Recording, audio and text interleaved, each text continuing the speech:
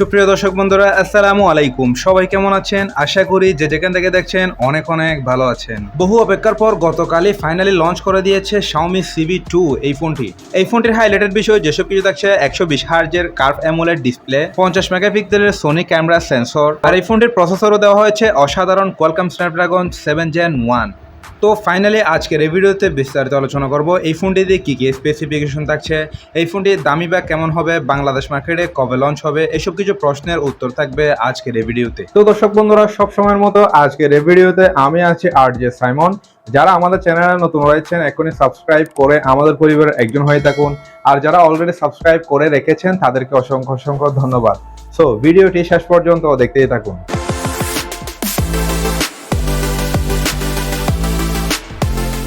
প্রথমে যদি এই স্মার্টফোনটির লুক আর বিল কোয়ালিটি নিয়ে যদি কথা বলি, এই ফোনটি যথেষ্ট গুড লুকিং এর একটি ডিজাইন। ফোনটির রিয়ার প্যানেলটিতে আসলে দেখা যায় খুবই সুন্দর তিনটি ক্যামেরা মডিউল, তার পাশে রয়েছে একটি ডুয়াল এলইডি ফ্ল্যাশ লাইট, নিচের অংশে রয়েছে Xiaomiর ব্র্যান্ডিং।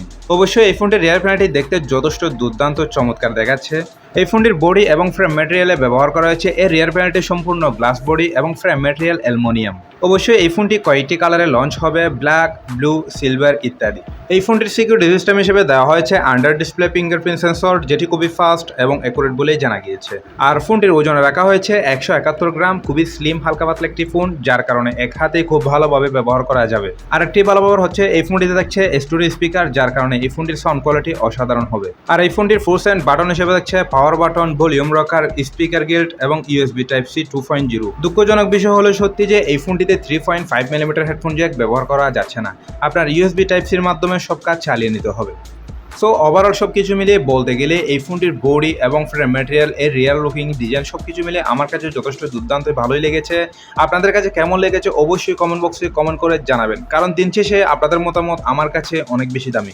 এইবারে কথা বলা যাক এই ফোনটির ডিসপ্লে সেকশন নিয়ে। এখানে আসলে দেখা যায় খুবই সুন্দর 6.55 mm ইঞ্চির একটি সুপার অ্যামোলেড পাঞ্চল কাটিং এর ডিসপ্লে, যেটি কিনা ফুল এইচডি প্লাস রেজুলেশনের এবং 402 পিপিআই ডেনসিটি। অবশ্যই এই ডিসপ্লেটি প্রদর্শন করছে গরিলা গ্লাস 5, সাথে থাকছে HDR10+ রেজুলেশনের সাপোর্টেড এবং 120 হার্জের রিফ্রেশ রেট, 1000 নিটস ব্রাইটনেস। আর অবশ্যই এর ডিসপ্লেটি কার্ভ ডিসপ্লে। পার্সোনালি আমার কাছে কার্ভ ডিসপ্লে যথেষ্ট ভালোই লাগে। তো দর্শক বন্ধুরা, সব কিছু মিলিয়ে এই ফোনটির ডিসপ্লে কোয়ালিটি কেমন হবে? এখানে আমি বলবো ফুল এইচডি প্লাস রেজুলেশনের সুপার অ্যামোলেড ডিসপ্লে হওয়াতে শার্পনেসের ঘাটতি একদমই হবে না। 120 হার্জের রিফ্রেশ রেট হওয়াতে অনায়াসে টাচ রেসপন্সটাও পেয়ে যাবেন। আর এর ডিসপ্লেতে নিটস ব্রাইটনেস ভালো থাকার কারণে এই ফোনটি আউটডোরে ব্যবহার করতে গেলে কোনো ধরনের ব্রাইটনেসের ঘাটতি একদমই ফিল হবে না, কারণ এখানে থাকছে 1000 নিটস ব্রাইটনেস। তো দর্শক বন্ধুরা, ওভারঅল সব কিছু মিলিয়ে বলতে গেলে এখানে একটি ফ্ল্যাগশিপ লেভেলের দুর্দান্ত চমৎকার ডিসপ্লে অফার করছে এই ফোনে। আর এই ফোনটির বাজেট বিবেচনা হিসাব করলে এখানে একটি ফ্ল্যাগশিপ লেভেলের দুর্দান্ত ডিসপ্লেও পেয়ে যাচ্ছেন, এদিক দিয়ে কোনো সন্দেহ নেই। এইবার আসা যাক এই ফোনটির ক্যামেরা সেকশনে। ফোনটির রিয়ার প্যানেলটিতে আসলে দেখা যায় খুবই সুন্দর তিনটি ক্যামেরা মডিউল, যার মেন ক্যামেরা সেন্সর হিসেবে থাকছে একটি 50 মেগাপিক্সেলের সোনির ওয়াইড অ্যাঙ্গেল লেন্স যা f1.8 অ্যাপারচার, এবং সেকেন্ডটিতে রয়েছে একটি 20 মেগাপিক্সেলের আলট্রা ওয়াইড অ্যাঙ্গেল লেন্স যা f2.2 অ্যাপারচার। আর থার্ডে দেওয়া হয়েছে একটি 2 মেগাপিক্সেলের মাইক্রো লেন্স। এর রিয়ার ক্যামেরা দিয়ে সর্বোচ্চ ভিডিও শুট রেকর্ড করা যাবে 4K 30 fps, 1080 30 fps, 60 fps এবং 120 fps। দর্শক বন্ধুরা, এর ক্যামেরা কোয়ালিটি কেমন হবে? আমি বলবো এখানে একটি 50 মেগাপিক্সেলের সোনি সেন্সরও দেওয়া হয়েছে, ওআইএস সাপোর্টেড, আর ভিডিও শুটের ক্ষেত্রে রয়েছে জাইরো ইআইএস। আপনি একটু নড়াচড়া অবস্থায় খুব ভালোভাবে ফটোশ্যুট করতে পারবেন, আর ভিডিও শুটের ক্ষেত্রে রয়েছে জাইরো ইআইএস, স্টেবলভাবে ভিডিও শুট করতে পারবেন, এদিক দিয়ে কোনো সন্দেহ নেই। আর এর ক্যামেরার স্পেশাল ফিচার হিসেবে যেসব কিছু দেওয়া হয়েছে ISO controller, high dynamic ranging mode, HDR, digital zoom, face detection এবং প্যানোরামা ইত্যাদি ফিচার দেওয়া রয়েছে এই ক্যামেরা। আর এই ফোনটি সেলফি ক্যামেরা হিসেবে থাকছে দুইটি ক্যামেরা। এর মেন ক্যামেরা হিসেবে দেওয়া হয়েছে 32 মেগাপিক্সেলের একটি ওয়াইড অ্যাঙ্গেল লেন্স, সেকেন্ডটিতেও দেওয়া হয়েছে 32 মেগাপিক্সেলের একটি ওয়াইড অ্যাঙ্গেল লেন্স। এর সেলফি ক্যামেরাতে সর্বোচ্চ ভিডিও শুট রেকর্ড করা যাবে 1080 30 fps ফুল এইচডি প্লাস রেজুলেশনে। আর এর সেলফি ক্যামেরারও স্পেশাল ফিচার হিসেবে থাকছে dual LED, dual tone flash, HDR panorama. আর এই ফোনটির সেলফি ক্যামেরাতেও রয়েছে জাইরো ইআইএস, স্টেবলভাবে এর সেলফি ক্যামেরাতেও ভিডিও শুট রেকর্ড করা যাবে, এদিক দিয়ে কোনো সন্দেহ। তো দর্শক বন্ধুরা, ওভারঅল সব কিছু মিলিয়ে বলতে গেলে এই ফোনটির ফটো এবং ভিডিও কোয়ালিটি যথেষ্ট দুর্দান্ত ভালোভাবে পাওয়া যাবে। আর এই ফোনটির বাজেট বিবেচনা হিসাব করলে এর ক্যামেরা কোয়ালিটি অসাধারণই হবে। এই ফোনটির আউট অফ দ্য বক্স থাকছে অ্যান্ড্রয়েড 12 ভার্সন, আর ইউআই হিসেবে থাকছে MIUI 13 ভার্সন। আর অবশ্যই এই ফোনটি কয়েকটি ভেরিয়েন্টে লঞ্চ হবে, 8GB 128GB এবং 8GB 256GB এবং 12GB 256GB। আর এর র্যাম টাইপ হিসাবে থাকছে UFS 2.2। তবে আরেকটি দুঃখজনক বিষয় হলো সত্যি যে এই ফোনটিতে দুইটি সিম কার্ড স্লট ব্যবহার করা যাচ্ছে, পাশাপাশি এক্সটার্নাল মেমোরি কার্ড ব্যবহার করা যাচ্ছে না। তো আমার সাজেস্ট থাকবে আপনাদের কাছে এই ফোনটি কেনার আগে অবশ্যই এর স্টোরেজটা একটু বাড়িয়ে কিনবেন। এবার আসা যাক এই ফোনটির প্রসেসরের সেকশনে। এখানে আসলে দেখা যায় কোয়ালকম স্ন্যাপড্রাগন 7 Gen 1 যেটি 4nm out of picture able করা একটি octa-core সিপিইউ, আর জিপি হিসেবে দেখছে অ্যাড্রেনো। তো দর্শক বন্ধুরা, এই ফোনটির প্রসেসরের কোয়ালিটি কেমন হবে বলতে গেলে এখানে একটি দুর্দান্ত ফ্ল্যাগশিপ লেভেলের একটি কোয়ালকম স্ন্যাপড্রাগনের ভালো প্রসেসর ইউজ করা হয়েছে। অবশ্যই এই চিপসেটটি 2022 সালের লেটেস্ট টেকনোলজির একটি ভালো চিপসেট। যারা গেমার রয়েছে তাদের জন্য অবশ্যই একটি ভালো হবে। এখানে PUBG, free fire, Asphalt 9, call of duty এই ধরনের গেমগুলো অনায়াসে হাই সেটিংসে খেলতে পারবেন। কোনো ধরনের ল্যাগস বা ফ্যান্ডম লক্ষ্য করবেন না, এদিক দিয়ে কোনো সন্দেহ নেই। আর যারা multitasking, video editing, photo editing এই ধরনের কাজ করে থাকেন তারা অনায়াসে করে নিতে পারবেন, কোনো ধরনের সমস্যা ফেস করতে হবে না। তো দর্শক বন্ধুরা, ওভারঅল বলতে গেলে এখানে ঠিক স্ন্যাপড্রাগনের ফ্ল্যাগশিপ লেভেলের একটি ভালো প্রসেসর ইউজ করা হয়েছে, আর এর বাজেট বিবেচনা হিসাব করলেও এর প্রসেসরের সেকশনটি ইজিলি মেনে নেওয়া যায়।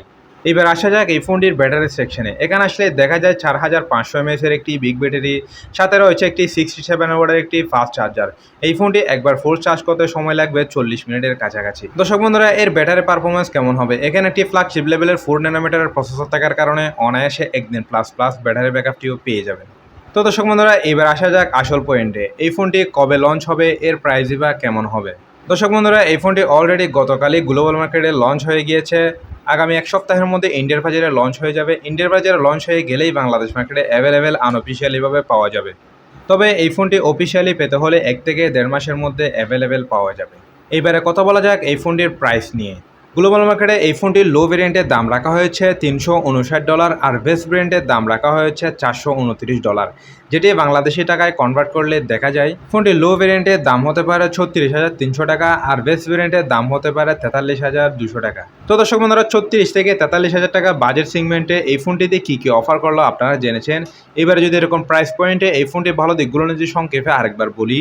প্রথমত আমি বলবো এই ফোনটি যথেষ্ট গুড লুকিংয়ের একটি ডিজাইন। দ্বিতীয়ত এখানে একটি 120 হার্জের কার্ভ অ্যামোলেড ডিসপ্লে ব্যবহার করেছে, এটি অবশ্যই ভালো দিক। আর তৃতীয়ত এখানে একটি 50 মেগাপিক্সেলের সোনি ক্যামেরা সেন্সর দেওয়া হয়েছে, এটি একটি ভালো দিক। আর চতুর্থত এর প্রসেসরটি যথেষ্ট দুর্দান্ত দেওয়া হয়েছে, স্ন্যাপড্রাগন 7 Gen 1। যারা গেমার রয়েছেন তাদের জন্য দুর্দান্তই হবে এর প্রসেসরটি। অবশ্যই এই প্রসেসরটি 5G প্রসেসর। আর এই ফোনটির ব্যাটারি কোয়ালিটি ওভারঅল ঠিকঠাকই রয়েছে, পারফরমেন্স অনায়াসে পেয়ে যাবেন, এদিক দিয়ে কোনো সন্দেহ নেই। তো দর্শক বন্ধুরা, বাজেট সেগমেন্টে এই ফোনটি আপনার জন্য ওয়ান অফ দ্য বেস্ট একটি ফোন হবে। এইবার আসলে আমাদের ফাইনালি দেখার পালা এই ফোনটি লঞ্চ হলে কেমন পারফরমেন্স করে থাকে। আই হোপ এই স্মার্টফোনটি সম্পর্কে আমি আপনাদেরকে বিস্তারিত এক্সপ্লেন করতে পেরেছি। এরপরেও যদি কোনো কিছু জানার থাকে অবশ্যই কমেন্ট বক্সে কমেন্ট করে জানাবেন। সো ভিডিওটি যদি সত্যি ভালো লাগে থাকে তাহলে অবশ্যই একটি লাইক করবেন, আর যারা আমাদের চ্যানেলে নতুন রয়েছেন এখনই সাবস্ক্রাইব করে আমাদের পরিবারের একজন হয়ে থাকবেন। তো আপনার একটি সাবস্ক্রাইব আমাকে করতে পারেন নিত্য নতুন আপকামিং স্মার্টফোনের ভিডিও বানাতে সহায়তা করে। সো দেখা হবে নতুন একটি ভিডিওতে। সবাই ভালো থাকবেন, সুস্থ থাকবেন। আল্লাহ হাফেজ।